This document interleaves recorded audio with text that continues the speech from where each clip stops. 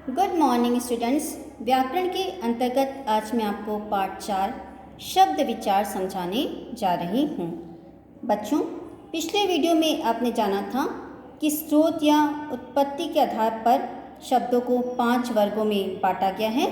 तत्सम शब्द, तद्भव शब्द, देशज शब्द, विदेशी शब्द और संकर शब्द। आज मैं आपको इसके आगे का पाठ समझाने जा रही हूँ। रचना के आधार पर शब्द के भेद। रचना के आधार पर शब्द के 3 भेद होते हैं: रूढ़ शब्द, यौगिक शब्द और योग रूढ़ शब्द। रूढ़ शब्द वे शब्द जो किसी विशेष अर्थ में रूढ़ हो गए हैं, उन्हें रूढ़ शब्द कहते हैं। रूढ़ शब्दों की एक विशेषता यह भी है कि इनके टुकड़े नहीं हो सकते। अगर हम इनके टुकड़े करेंगे तो इनके टुकड़ों का कोई सार्थक अर्थ नहीं निकलता है। कुछ रूढ़ शब्द हैं: दूध, घर, हाथी, बालक इत्यादि। यौगिक शब्द ऐसे शब्द जो शब्द और शब्दांश के योग से बनते हैं, यौगिक शब्द कहलाते हैं।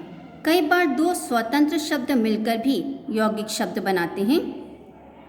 केवल उपसर्ग या प्रत्यय के संयोग से ही यौगिक शब्द नहीं बनते, लेकिन अधिकांश ऐसा ही होता है।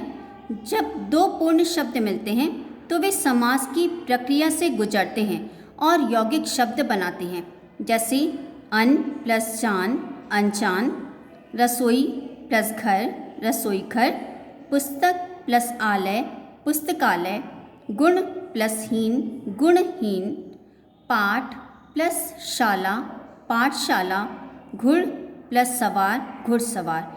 यौगिक शब्द के जब हम टुकड़े करते हैं तो इनमें प्रत्येक टुकड़ों का एक सार्थक अर्थ निकलता है। उदाहरण के लिए अगर हम पुस्तकालय शब्द को लें तो पुस्तक का अर्थ किताब है और आलय का अर्थ घर।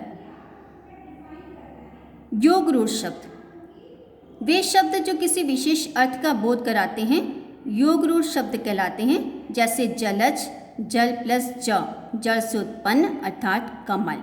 यूँ तो मछली भी जल में ही पैदा होती है, परंतु जलज शब्द कमल के लिए रूढ़ हो गया है। हिमालय हिम प्लस आलय विशेष पर्वत के लिए प्रयुक्त किया जाता है। वैसे घर या कहीं पर भी रखी या जमी बर्फ के आलय को हम चाहकर भी हिमालय तो नहीं कह सकते। सूरजमुखी एक फूल विशेष के लिए रूढ़ शब्द है। लंबोदर लंबे उदर वाला कोई भी प्राणी लंबोदर संज्ञा को प्राप्त नहीं कर सकता। यह गणेश जी के लिए आरक्षित नाम है। नीलकंठ, नीला है कंठ जिसका, अर्थात भगवान शिव के लिए प्रयुक्त किया जाता है नीलकंठ शब्द। पीतांबर, पीत यानी पीला, अंबर यानी वस्त्र, तो पीला है वस्त्र जिसका, अर्थात भगवान श्री कृष्ण के लिए पीतांबर शब्द का प्रयोग किया जाता है। प्रयोग के आधार पर शब्द के भेद। इस आधार पर शब्दों को 2 श्रेणियों में रखा गया है। पहला विकारी शब्द और दूसरा अविकारी शब्द। विकारी शब्द जो शब्द लिंग, वचन, कारक या काल आदि के प्रभाव से परिवर्तित हो जाते हैं या उनमें बदलाव आ जाता है, उसे विकारी शब्द कहते हैं। ये 4 प्रकार के होते हैं: संज्ञा, सर्वनाम, विशेषण और क्रिया। संज्ञा के अंतर्गत आने वाले कुछ उदाहरण हैं: कुत्ता, कुत्ते, कुत्तों। सर्वनाम के अंतर्गत आने वाले कुछ उदाहरण हैं: वह, वे, उन्हें, उन्होंने। विशेषण के अंतर्गत आने वाले कुछ उदाहरण हैं: बड़ा, बड़ी, छोटा, छोटी। और क्रिया के अंतर्गत आने वाले कुछ उदाहरण हैं: गया, गई, गए। अविकारी शब्द जो शब्द लिंग, वचन, कारक आदि के प्रभाव से परिवर्तित नहीं होते, उन्हें अविकारी शब्द कहते हैं। ये भी 4 प्रकार के हैं: क्रिया विशेषण। क्रिया विशेषण के कुछ उदाहरण हैं: धीरे धीरे, कम, बहुत, बाहर आदि। संबंधबोधक, संबंधबोधक शब्द के कुछ उदाहरण हैं: के यहाँ, के ऊपर, के पास, के ऊपर, के नीचे, के आगे, के पीछे इत्यादि। समुच्चयबोधक, समुच्चयबोधक शब्द के कुछ उदाहरण हैं: और, अथवा, या, किंतु, परंतु आदि।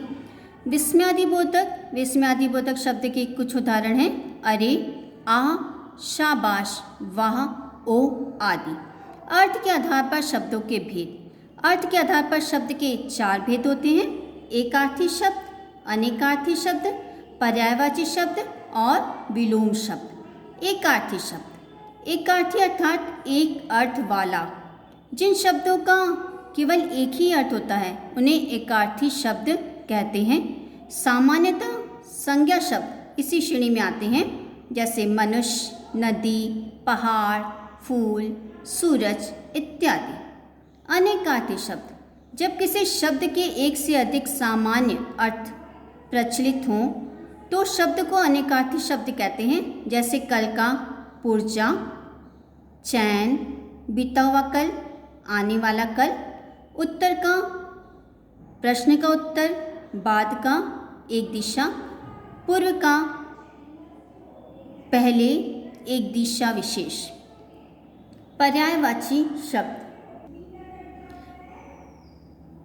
कुछ शब्द एक ही संज्ञा के लिए प्रयुक्त होते हैं, ऐसे शब्दों को पर्यायवाची शब्द कहते हैं। जैसे जल के पर्यायवाची शब्द हैं पानी, नीर, अम्बु, वारी, सलिल आदि। रात्रि के पर्यायवाची शब्द हैं रात, निशा, विभा, रजनी आदि। विलोम शब्द, वे शब्द जो एक दूसरे का उल्टा या विपरीत अर्थ प्रकट करते हैं उन्हें विलोम शब्द या विपरीतार्थक शब्द कहते हैं। जैसे सुख का विलोम है दुख, जन्म का मरण, कोमल का कठोर, लाभ का हानि, आय का व्यय, युद्ध का शांति। तो बच्चों, इस पाठ से हमने जाना कि वर्णों के सार्थक संयोग से बनने वाली स्वतंत्र एवं सार्थक इकाई शब्द कहलाती है। वाक्य में प्रयुक्त होने के पश्चात व्याकरण के नियमों में बंधकर शब्द पद कहलाता है।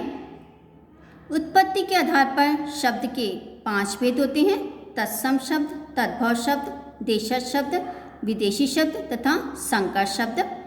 रचना के आधार पर शब्द के 3 भेद होते हैं।